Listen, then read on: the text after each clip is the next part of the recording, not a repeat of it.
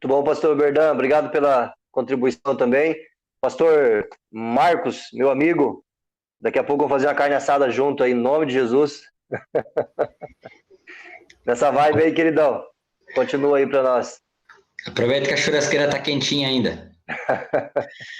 É, sabe que eu tava enquanto os colegas aí estavam falando, me veio na minha mente uma imagem de infância, de quando a gente ia lá para as moradas no interior, que toda casa no interior tem um cachorro que corre atrás do carro na hora que a gente vai embora, né?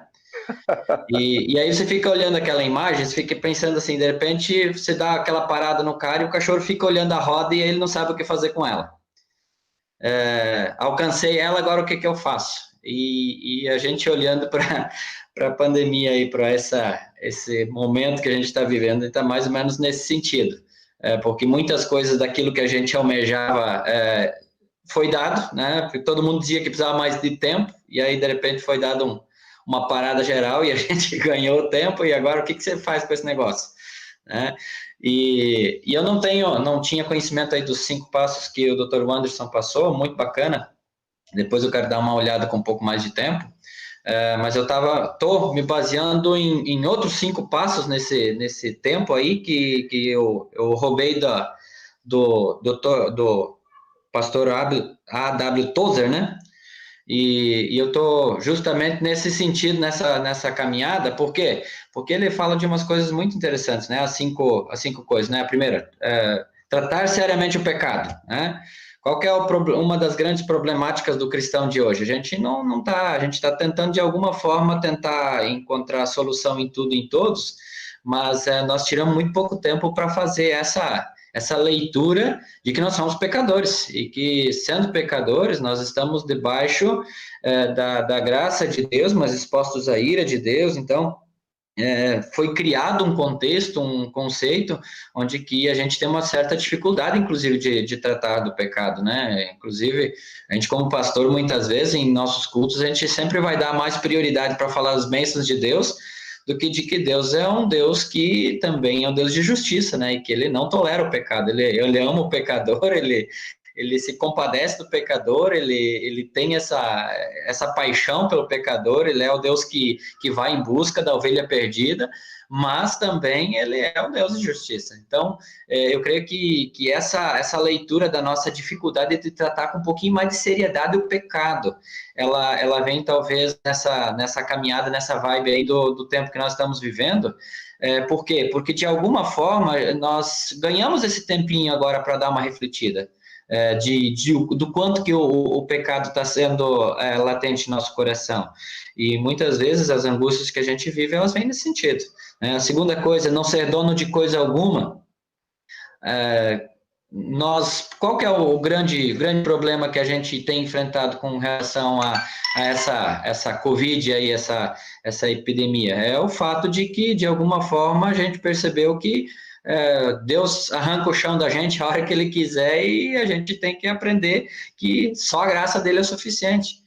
E não ser dono de coisa alguma é algo muito pertinente, né? Eu não sei, José, se eu posso dar um testemunho bem rapidinho aqui, Fica à vontade, não quero me compartilha. estourar muito, eu vi que 20, 21, né? A galera do Jornal Nacional tem 10 minutos, né? É.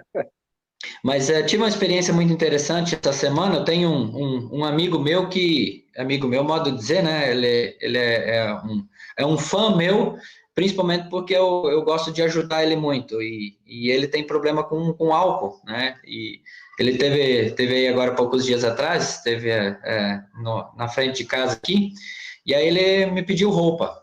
Aí eu disse, rapaz, eu dei uma roupa boa aí que foi descarte meu agora, ontem teve um pessoal aí, eu acabei dando. E ele ficou me olhando assim, como quem diz assim, você vai me deixar ir embora com frio?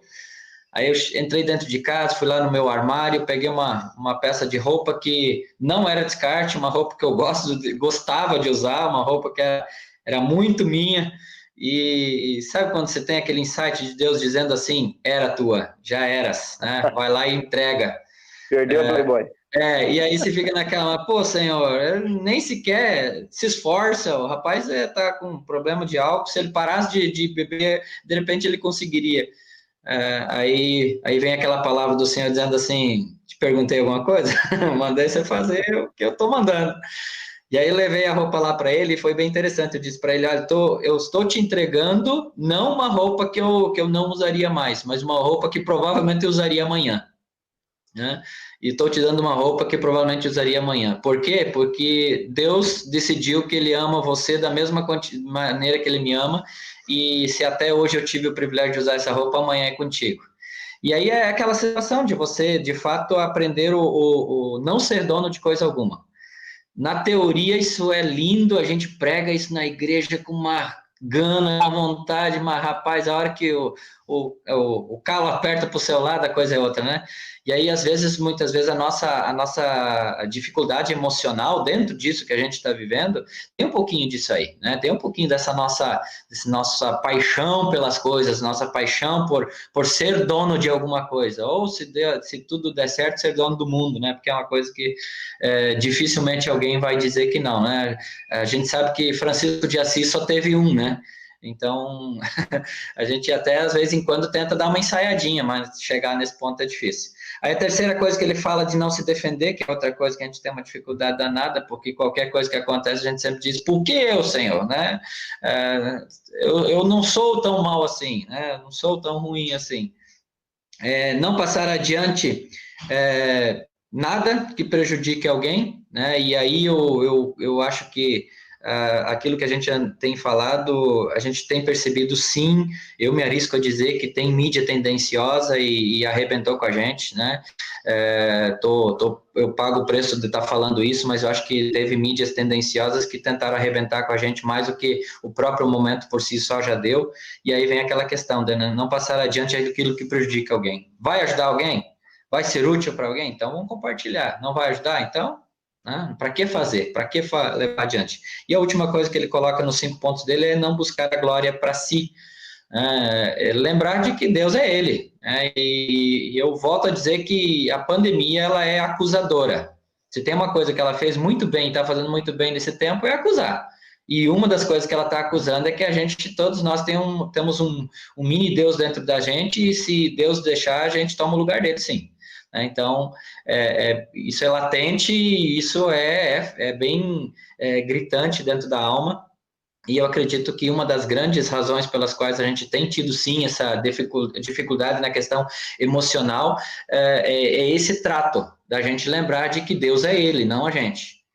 Que a gente nunca foi Deus e nunca será. Amém por isso. Mas que a gente tem essa gana de vez em quando dizer, seja feita a tua vontade, assim na terra como no céu, mas se o Senhor estiver ocupado, a minha parte pode deixar que eu faço, né?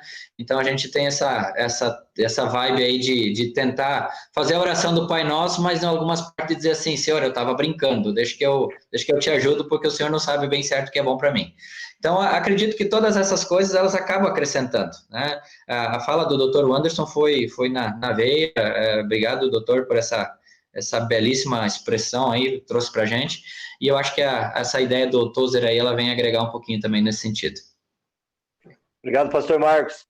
A questão das fake news, né? A gente compartilha muita desinformação, né? A gente compartilha muita desinformação e as pessoas recebem e vai botando nos grupos, né? Eu já recebi tanta coisa que misericórdia.